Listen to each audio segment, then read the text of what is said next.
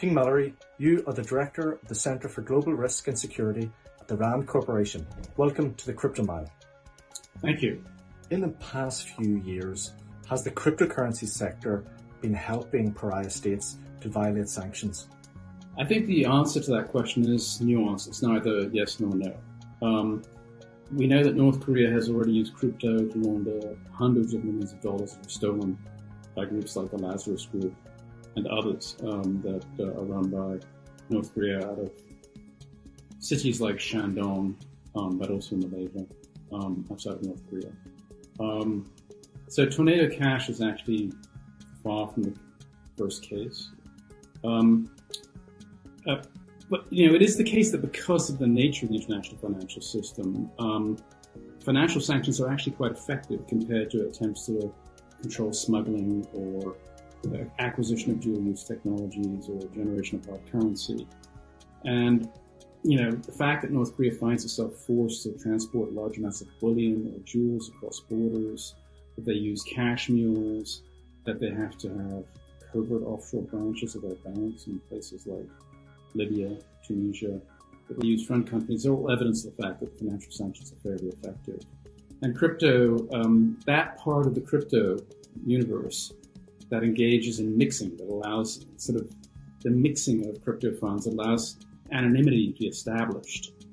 That part of the crypto universe is enabling sanctions violators to launder money, to place the money covertly into the system, to mix it up, to layer it, and then to integrate it and integrate the illicitly acquired funds much more efficiently than they previously could do.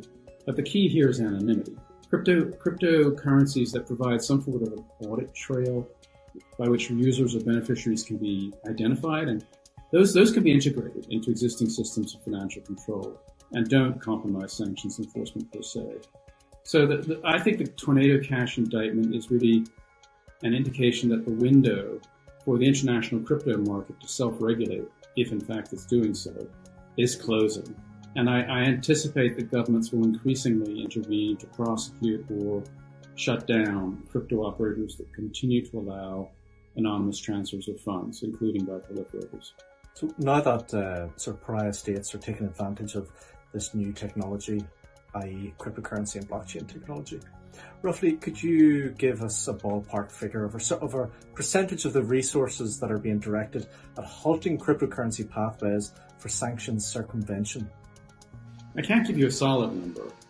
My subjective estimate or guess is that the share of resources directed at halting cryptocurrency pathways for sanctions circumvention currently lies around 5%.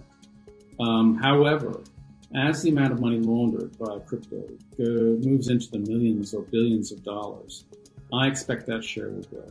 And it might even grow as high as a level of 25% of all international efforts within 10 years if the abuse of crypto continues unchecked, which I don't anticipate. So US authorities recently closed down Tornado Cash, and it was laundering around $1 billion in illegal transactions for North Korea. So what is to stop North Koreans from, say, using another crypto platform or even setting up their own crypto platform in a country outside the US to aid their imports and exports? At the moment, very little can stop North Korea from using other crypto platforms that permit anonymous transfers and don't enforce know your customer rules to aid its import and export flows. However, as we already discussed, I expect that governments will increasingly clamp down on such providers. Furthermore, I expect governments will actually move to forbid transactions with providers in jurisdictions that refuse to clamp down on crypto platforms that allow anonymous transfers. So do you think that the internet should be fully decentralized, with file sharing and transactions that are beyond the control of centralized administrations? Well, I think the days of full decentralization are actually long gone. When I was at school, the ARPANET, as it was then called, was truly decentralized. But since that time, both Russia, China, and other countries have imposed significant controls on the internet. There are great benefits that could accrue from the free flow of information over the decentralized internet. The free exchange of ideas that the internet makes possible can help accelerate technological innovations such as new pharmaceuticals to fight disease, gene editing, big data, artificial intelligence, and crypto, the positive aspects of crypto. Can help lower the cost of international trade in goods and services. And properly managed, these developments could improve the global standard of living, particularly in less developed countries. At the same time, however, serious risks lurk in a completely decentralized internet.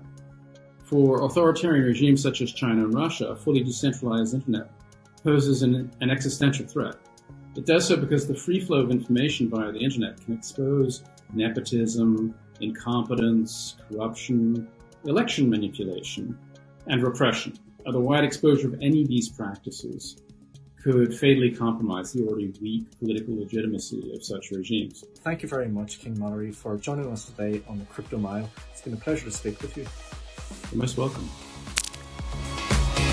Fed will hike interest rates this month. Bitcoin fell about 4% in the past 24 hours. It was worth a little less than $41,000. Meanwhile, Ether dropped by more than 5% since yesterday, and XRP fell a more modest 1%. All right, let's also talk about some of the headlines. First, an update on the latest crypto donations flowing into Ukraine. Elliptic estimates that the country received about $56 million worth of crypto as of Friday morning. That includes donations in Bitcoin, Ether, and Dogecoin, among others. Ukraine DAO also raised nearly $6 million with the auction of an NFT. Those funds will go to nonprofits helping those affected by the invasion. For all the latest on the war in Ukraine, including the money and resources pouring into the nation, head over to CNBC.com. Cardholders of sanctioned Russian banks will not be able to use Binance. The crypto exchange is holding firm on its pledge not to ban Russian users as a whole, but the company said on Thursday that cards issued by sanctioned Russian banks could not be used on the platform. Binance also said that it was taking steps to restrict the access of sanctioned individuals. The surge in crypto use in Russia has sparked a fierce debate. Lawmakers have expressed concern that crypto could be used to skirt sanctions. And on the other side, some in the crypto community argue that banning a select group of people from using crypto is antithetical to the technology's purpose. The co-founder of Coinbase, Brian Armstrong, tweeted about this today, saying that a ban on crypto in Russia would harm regular people who oppose the invasion. It would leave them without a lifeline as the country's currency plummets in value. Kraken CEO Jesse Powell expressed the same concern on Twitter earlier this week, saying that Kraken wouldn't freeze Russian accounts without a legal requirement to do so. Fellow host Kate Rooney caught up with Powell yesterday and asked him about that decision. Joining me now, Jesse Powell, CEO of Kraken. Jesse, great to see you. Thanks so much for being here. Thanks for having me. Good to see you again. A lot to talk about. Crypto is very much in the global conversation right now. What do you think the role of cryptocurrencies are right now on the global stage, particularly with everything that's going on between Russia and Ukraine right now? Yeah, I think we're really starting to see the true use case of Bitcoin for the world. You know, just a few weeks ago, we had a great example in Canada, an example that we didn't think we would see in the Western world. I think gave people something to pay attention to other than the price, an actual use case where Canada sanctioned its own citizens and they were shut off from their bank accounts. And, some people had to turn to Bitcoin as the rail of last resort to pay their bills during that time. And now with Russia, the Russian people have lost, half of their net worth, half of the value of their currency. There are runs on ATMs in Russia and Ukraine, and people are turning to Bitcoin as, again, this financial rail of last resort that doesn't depend on the legacy banking system to serve them, which often hits these bottlenecks and can't perform under extreme pressure. And do you think that's helping the price of Bitcoin? We've seen it go up significantly in the face of what's going on, while the rest of U.S. equities, at least, were falling yesterday. Is that helping the bull case for Bitcoin? We've looked at the numbers, and we don't think the growth in the price is so much due to buyers in Russia and Ukraine, so much as it is the example that's being set with Bitcoin and the use case that's being proven out of Bitcoin and people becoming more bullish as the world becomes more volatile. Got it. So not necessarily demand from those places, but it is helping sort of the sentiment around the asset class. That's right. And there have been requests from government officials in Ukraine, at least. There was a tweet, for example, by the Vice Prime Minister of Ukraine asking crypto exchanges to block addresses of all Russian users. Kraken has said, no, you guys are not doing that. Why not? That's right. I mean, we don't take a position around the world against ordinary citizens. We do, of course, follow the standard financial services regulations, the OFAC sanctions. We're closely following executive orders from the White House. And where we are required to do so legally, we will freeze the accounts of any individual identified, or should the State Department or OFAC roll out sanctions countrywide like they have in Iran or North Korea, then of course we would be compelled to comply with that. But as far as sanctioning individuals, we haven't seen that work very well. I mean, as a private company, there would potentially be repercussions for us doing that voluntarily. Once you go to freeze someone's financial account, they're no longer able to pay their rent, pay their debts, buy food, support their family. It's a pretty extreme measure, and it's far beyond turning off someone's access to their music streaming service or, their photo sharing app. Shutting off someone's financial access, we take very seriously, and generally only do that at the request of a government agency, with the formal legal requirement to do so. And we don't believe that, the majority of Russian people support this invasion. And, the United States as well has been involved in numerous military conflicts around the world. I think most people in the United States would not support those actions. And so, I'm happy that as an American citizen, when we invaded Iraq and we invaded Afghanistan, that I didn't have my bank account turned off and my brokerage account seized, because I don't have anything to do with that. And I think ordinary Russian citizens, either they don't know what's happening, they don't support what's happening, or they're being subjected to a tremendous amount of propaganda inside the country and just don't know what to believe. And I think to put additional pressure on those people removes the ability for them to fight internally for what they believe in, removes their ability to leave the country if they feel like things aren't going the way that they like anymore. They don't believe in the regime anymore.